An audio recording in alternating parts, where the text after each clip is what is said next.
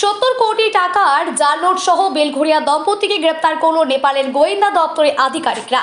কামারহাটি পৌরসভার 21 নম্বর ওয়ার্ডের অন্তর্গত বেলঘরিয়া শরৎপল্লী এলাকায় আবাসনে থাকত দীপা ধর নামে এক মহিলা। দক্ষিণ 24 পরগনার সোনারপুরের হরিনামী এলাকার অরিন্দম ধরের সঙ্গে বিয়ে হয় দীপার। স্বামী স্ত্রী দুজনে যায় 2024 সালে নেপালে, আর সেই নেপালেই 70 কোটি টাকার জাল নোট সহ দম্পতিকে গ্রেপ্তার করল নেপাল পুলিশের গোয়েন্দা দপ্তর। গোয়েন্দা আধিকারিকদের সূত্রে জানা গিয়েছে, বিভিন্ন ব্যবসায়ীদের ভিডিও কল করে জাল নোট দেখিয়ে ব্যবসার টাকা বিনিময় করার কাজ করত এই দম্পতি। নানা সংস্থায় টাকা বিনিয়োগ করে সেটা দ্বিগুণ করার প্রলোভন দিত এই দম্পতি। ধৃতদের কাছ থেকে লোহার ট্যাঙ্ক ভর্তি নগদ টাকা সহ 12টি মোবাইল ও বিলাসবহুল গাড়ি উদ্ধার করেছে তদন্তকারী আধিকারিকেরা। অরিন্দম ধর ও দীপা ধর সহ মোট 7 জনকে গ্রেপ্তার করেছে নেপালের গোয়েন্দারা। এই 7 জনের মধ্যে একজন নেপালের নাগরিক বলে জানা গিয়েছে। কোথা থেকে এলো এত বিপুল পরিমাণ জাল নোট, তারা নিয়ে আসলো এবং সেটা ঘিরে জেরা করছে তদন্ত আধিকারিকরা। দেখুন, কে কার বাড়ির পাশে থাকে এটা আমার কাছে খুব বড় ব্যাপার নয়। তবে একটা বাংলায় প্রবাদ আছে, সৎসঙ্গে স্বর্গবাস, অসৎসঙ্গে নরকবাস। সেই অনুযায়ী এই যে যার নাম পাওয়া যাচ্ছে, এ তো শুনেছি অনেক গুণী মানুষ। এর বাড়িতে রাশিয়ান বেলি ড্যান্স হয়, আবার এর বাড়ি থেকে নেপাল থেকে টাকা উদ্ধার হয়, এর বাড়িতে বোতল নিয়ে উদ্দাম নৃত্য হয়। সুতরাং ইনি নানান রঙের মানুষ।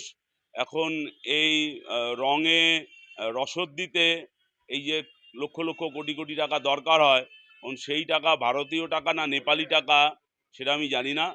তবে 2 নম্বরই লোকেদের সঙ্গে, 2 নম্বরই মালেদের সঙ্গে সব 2 নম্বরই লোকেদের সম্পর্ক। এটা পুলিশ তদন্ত করে বার করুক যে এই 2 নম্বরই টাকার পিছনে কে কে যুক্ত। খালি আমাদের কামারহাটি পৌরাঞ্চলে এটা একটা দুর্ভাগ্য হয়ে যাচ্ছে, কারুর খাটের তলা থেকে ভারতীয় টাকা উদ্ধার হচ্ছে, আর কোথাও কোথাও থেকে নেপালি টাকা উদ্ধার হচ্ছে। এই ভারতীয় টাকা আর নেপালি টাকা, এই 2 নম্বরই টাকা, কালো টাকা, চুরির টাকা সব এক সূত্রে বাঁধা কিনা, সব এক জায়গায় যাচ্ছে কিনা, এখান থেকে 75-25 এর কাটমানি পাচ্ছে কিনা, এটা পুলিশের দেখা দরকার।